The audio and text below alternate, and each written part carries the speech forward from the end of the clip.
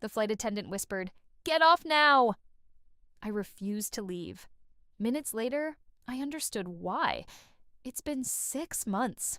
6 months, and I still can't board a plane. I can't even walk through an airport. Without my heart trying to climb out of my throat, my palms get slick. I look at every single person in the terminal, every passenger, every employee, and I just wonder, are they normal? Or are they part of something else? You have to understand, I'm not the kind of person who panics. I'm Dr. Selena Moreau. I work cardiology at Cedars-Sinai in Los Angeles. My job is literally to hold people's lives in my hands during moments of pure terror. I'm the one who's supposed to be calm. I'm the one who fixes things. But that day I wasn't a doctor. I was just a daughter. My mom, Beatrice, was 3,000 miles away in a New York hospital bed. She'd just survived an emergency cardiac surgery. My specialty. The irony, right? And I wasn't there. I felt this raw guilt, this physical ache in my chest. I pulled every string I had, swapped my shift, and raced to LAX. I didn't care where I sat. I just needed to go. They gave me the last seat available on Delta 628, a middle seat, seat 14C. I remember squeezing into that seat, my knee pressed against a stranger's, just texting my mom, "On my way. I love you." I thought the hard part was over. I thought the emergency was behind us.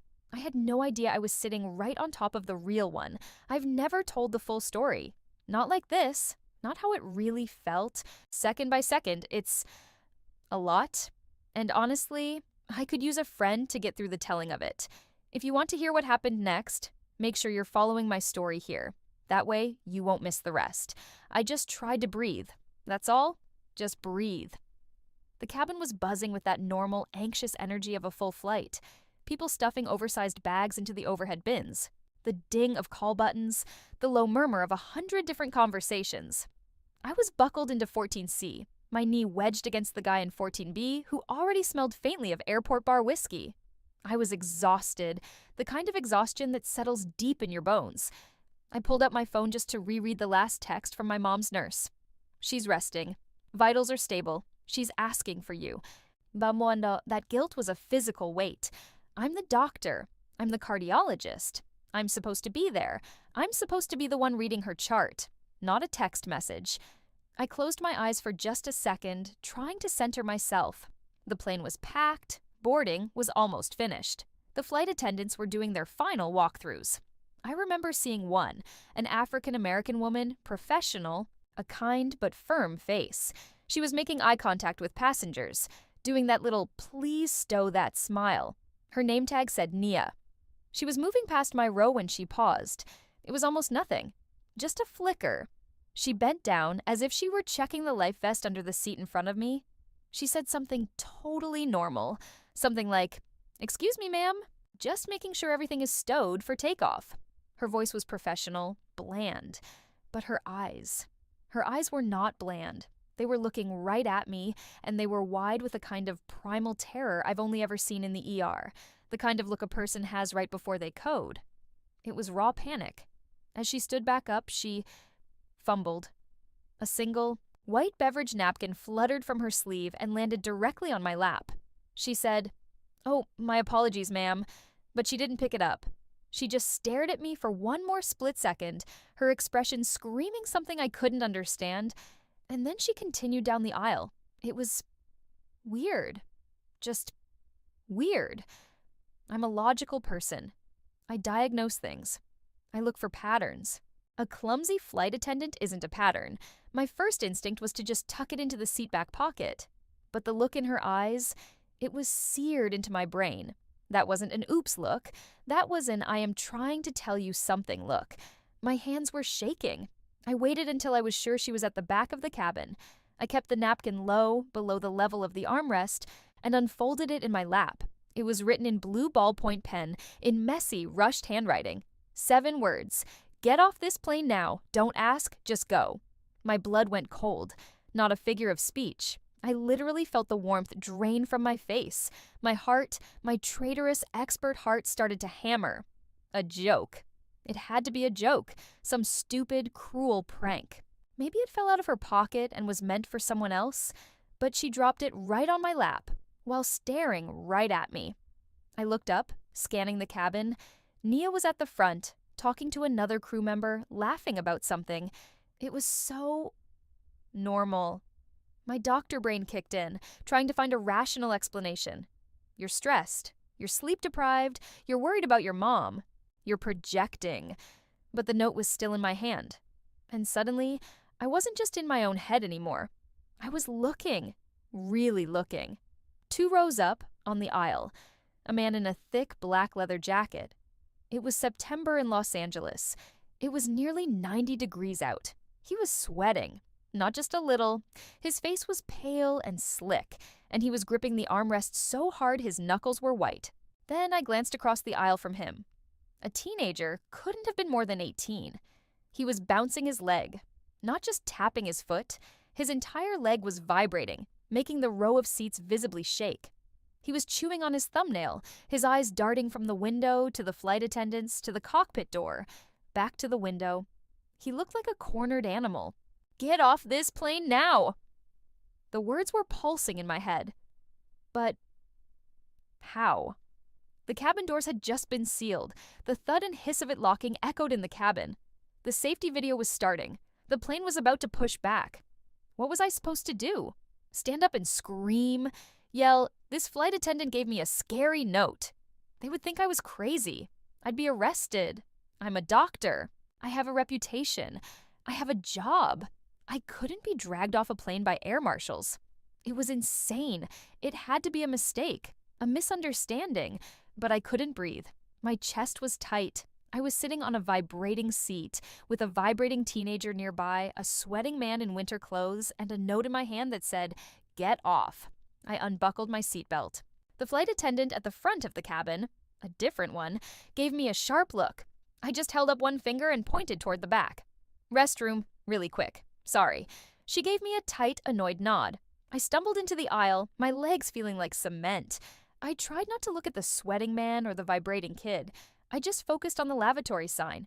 I locked myself inside that tiny, plastic-smelling box. My reflection in the mirror was a stranger. Pale, huge eyes. My hair a mess. I splashed cold water on my face.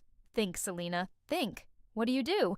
Then came a knock. Not a hurry-up knock. It was a soft-coded tap, tap, tap. I froze. Who is it?" I whispered. The voice on the other side was muffled, urgent, and low. It was her. It was Nia. She said, "Let me in. It's an emergency." I fumbled with the latch, my fingers numb. The door slid open and she slipped inside, locking it instantly behind her. The space was so small, our knees were touching. The smell of cheap soap and chemical disinfectant was overwhelming. Her flight attendant mask was gone. Her face was granite. She gripped my arm and her grip was strong. Not flight attendant strong. Law enforcement strong. "Listen to me very carefully," she said, her voice so low and fast it was barely audible over the growing whine of the engines. "We don't have time. My real name is Nia Rollins. I am a special agent with the FBI. I am undercover."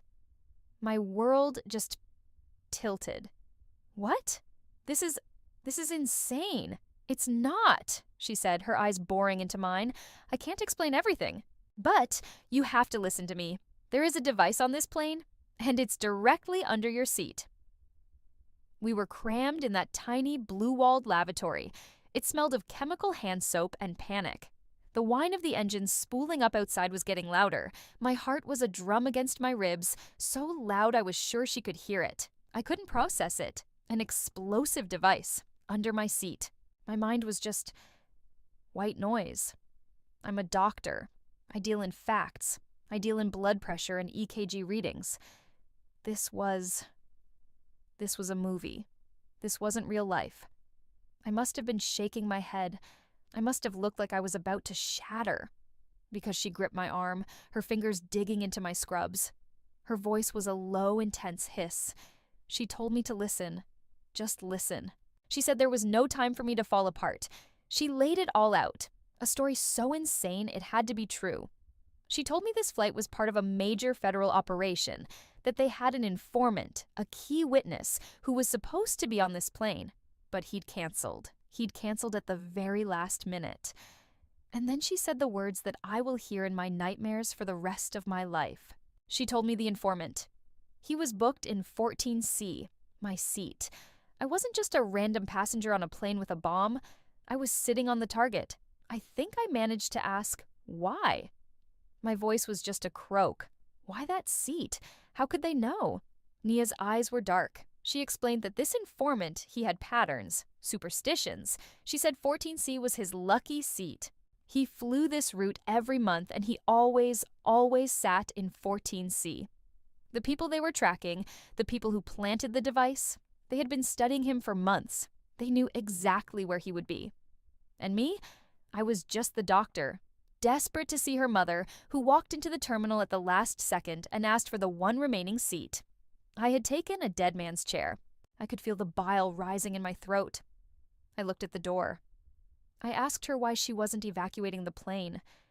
Why wasn't she screaming? Why weren't we running? That's when her face got even harder. She told me she couldn't. She said the rest of the cell, the people who were watching the informant, were on the plane. They were passengers.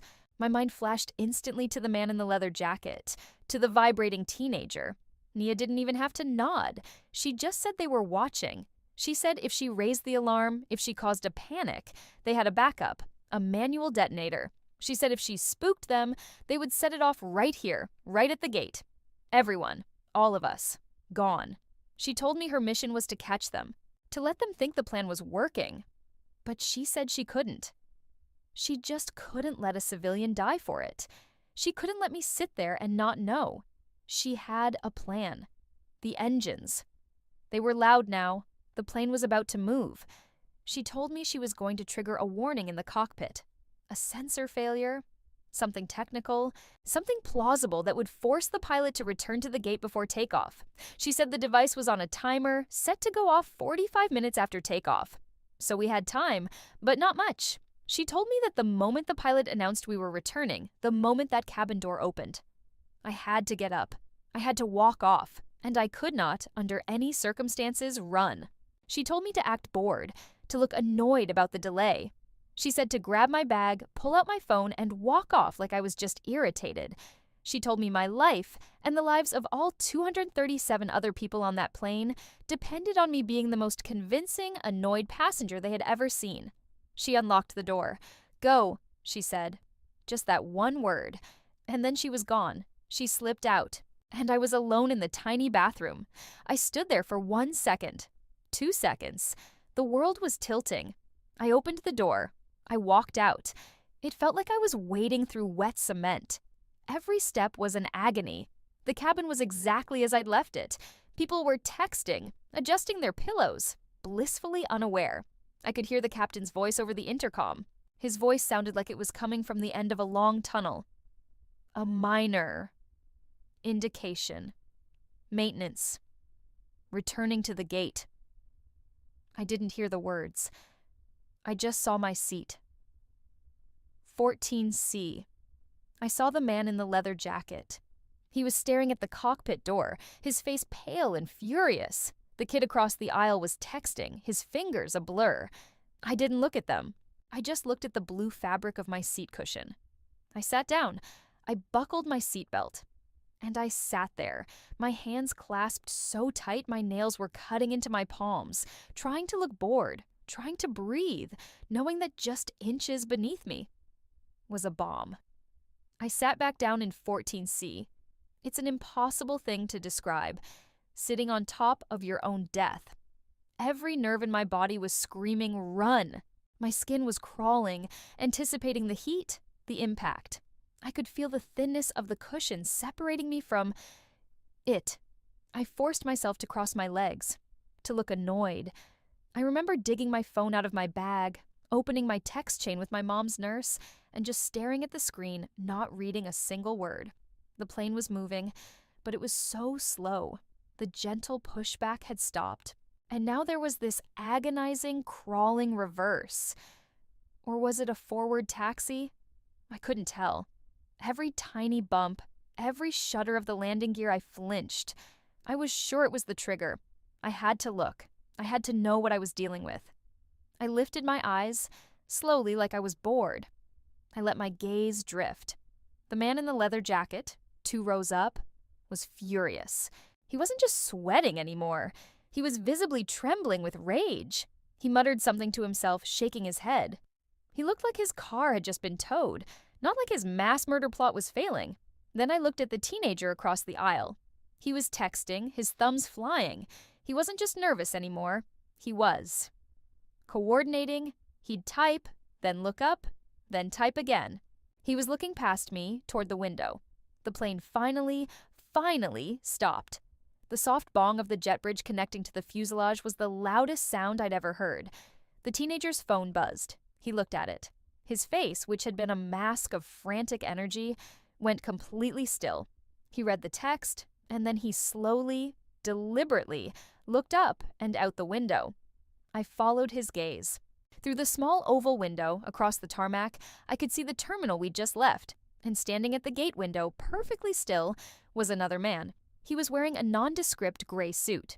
He wasn't texting, he wasn't talking, he was just watching our plane. The teenager in his seat gave a tiny, almost imperceptible shake of his head. No. And the man in the suit. He just turned. He didn't run. He just turned, melted back into the crowd in the terminal, and vanished. My blood didn't just run cold, it turned to ice. This wasn't a couple of fanatics. This wasn't just the sweating man and the vibrating kid. This was a cell.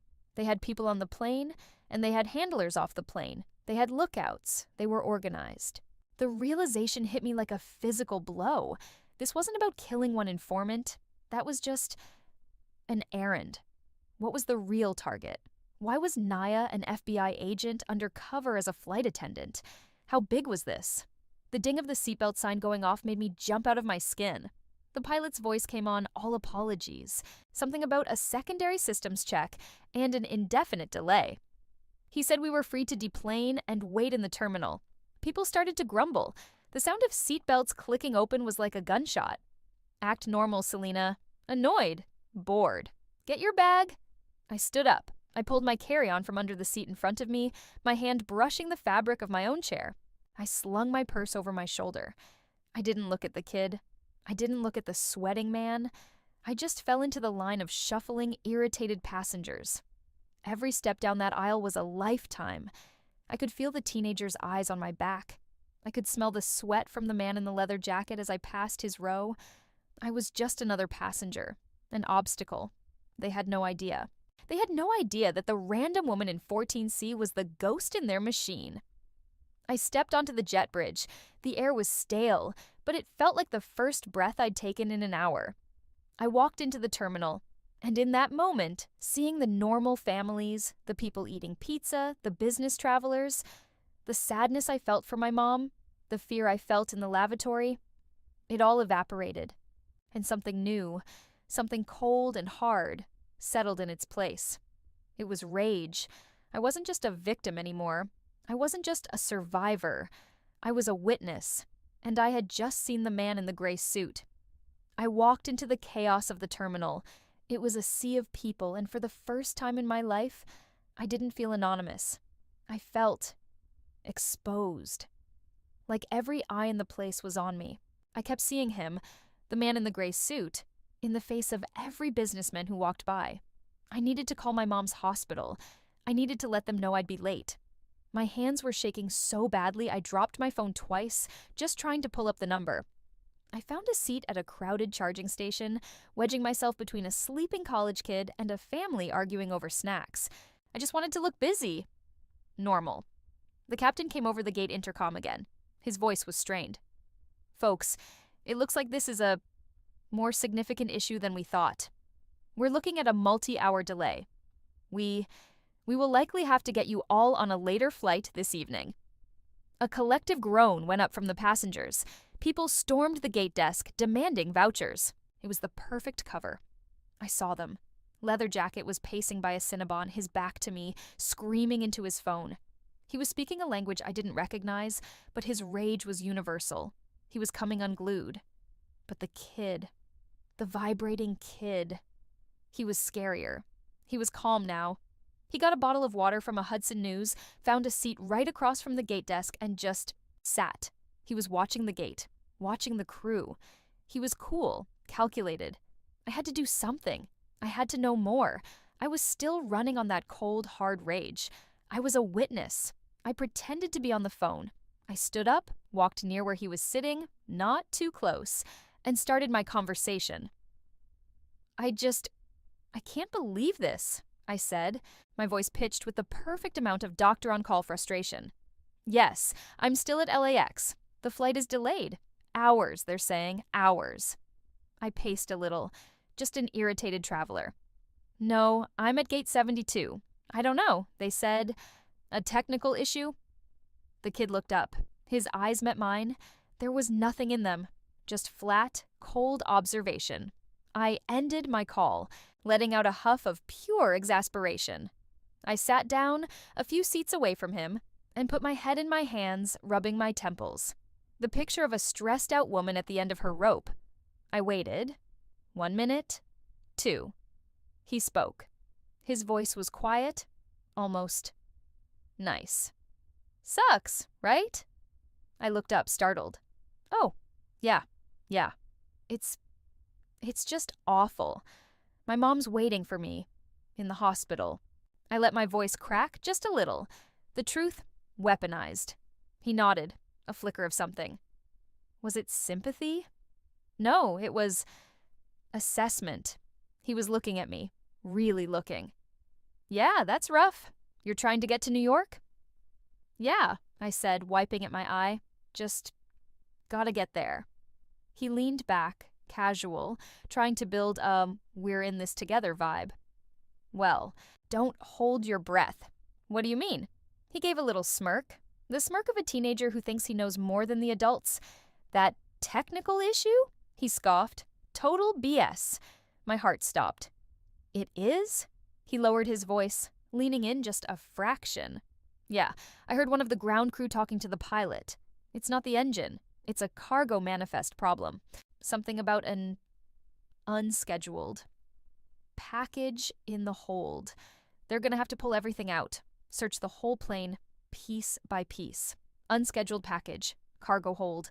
My mind was racing. Nia had said the device was under my seat. Was there another one? Or was this a lie? The kid went on, texting on his phone again, casual. It's gonna be hours. They'll probably just cancel and rebook us all on the night flight. He said it with such specific, bitter finality. The night flight. I stared at him. He thought he was being clever, impressing a stressed-out stranger with his inside scoop. He was just a kid puffing his chest. But he wasn't. He was testing me. He was feeding me a very specific, plausible lie to see how I'd react, to see if I knew anything. And in doing so, he slipped. Cargo hold. The night flight. He wasn't just a mule. He was part of the planning. And he just told me the mission wasn't over. They were already adapting. They were waiting for their next chance. He just gave me the key. He just handed me the one piece of information that Nia, that the FBI, didn't have. He thought I was a nobody.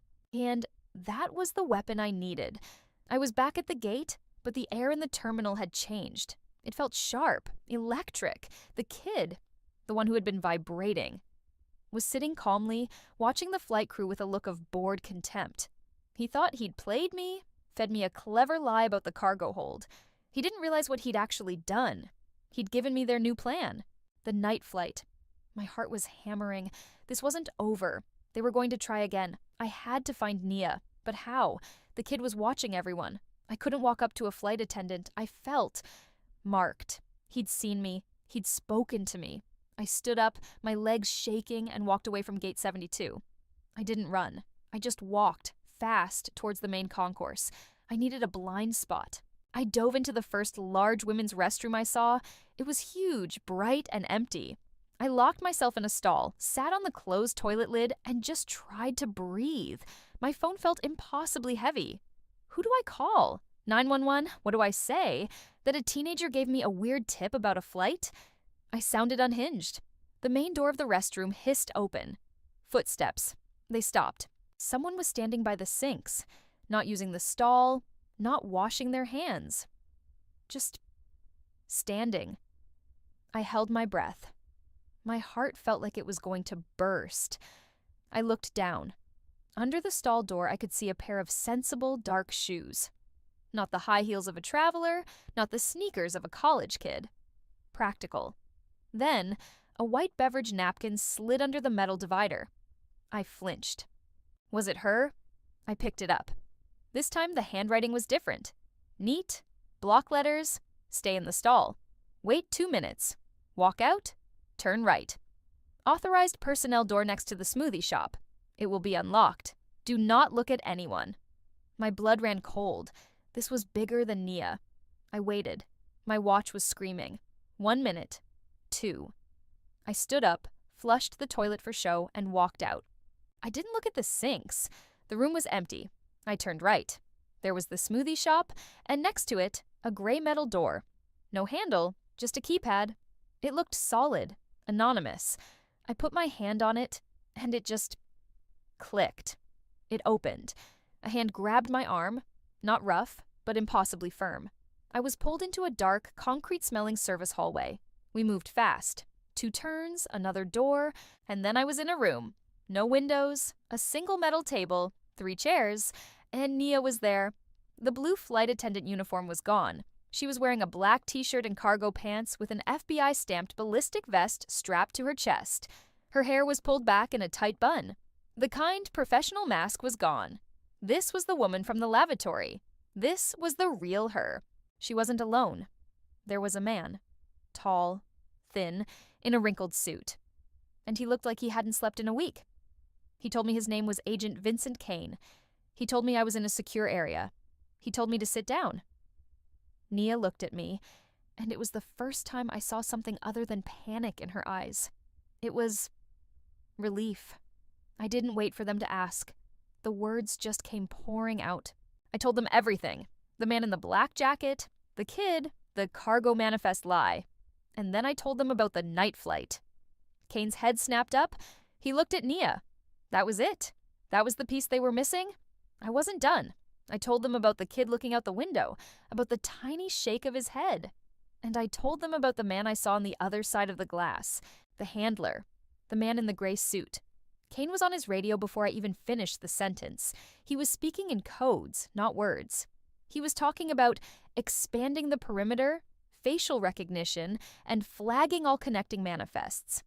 Nia turned to me. Her voice was low. She told me the device was 100% real. She said it was sophisticated, a barometric trigger, backed by a digital timer with a manual override. It was designed to go off at 15 Wasunzion feet. It would have torn the plane apart. She told me my last-minute ticket swap. It threw their whole plan into chaos. She, Nia, knew the informant. She knew his face. When she did her passenger check and saw my face, a random woman in his seat. She knew. She knew the informant had backed out, and an innocent civilian was sitting on the bomb. She told me she had to make a choice, the mission or my life. I just stared at her. She had risked her entire operation, her career, her life, for a stranger. For me. They didn't let me leave. I wasn't just a passenger anymore. I was a material witness. They moved me to another room, a different one, higher up. This one had a wall of dark, tinted glass that overlooked the entire tarmac. It was like watching a silent, terrifying movie. Our plane, Delta 628, was sitting all alone in the middle of a concrete field, like a sick animal. It was surrounded, not by fire trucks, by black vans, by men in, I don't even know what to call it, that heavy, padded armor, the kind you only see in news footage from war zones, the bomb squad. I watched them send a small, rolling robot under the plane. I watched a team of 4 men in that heavy gear walk, slowly, up the jet bridge. My stomach was in knots. I was just in there. I was sitting on that seat. I was alive.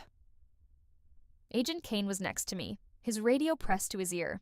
He was quiet, but his jaw was tight. He pointed. Through the terminal glass, back at Gate 72, I saw it. The show was starting. The terminal was still full of angry, delayed passengers. But now, they were part of the scenery. I saw the man in the leather jacket. He was at the Cinnabon, pacing, yelling into his phone. He looked furious. And then, It was just over. It was so fast. 1 second he was a passenger. The next, 3 men who looked like business travelers converged on him. It wasn't a fight. It was a disassembly. He was on the floor, face down, hands behind his back, before he could even drop his phone. The kid. The vibrating kid.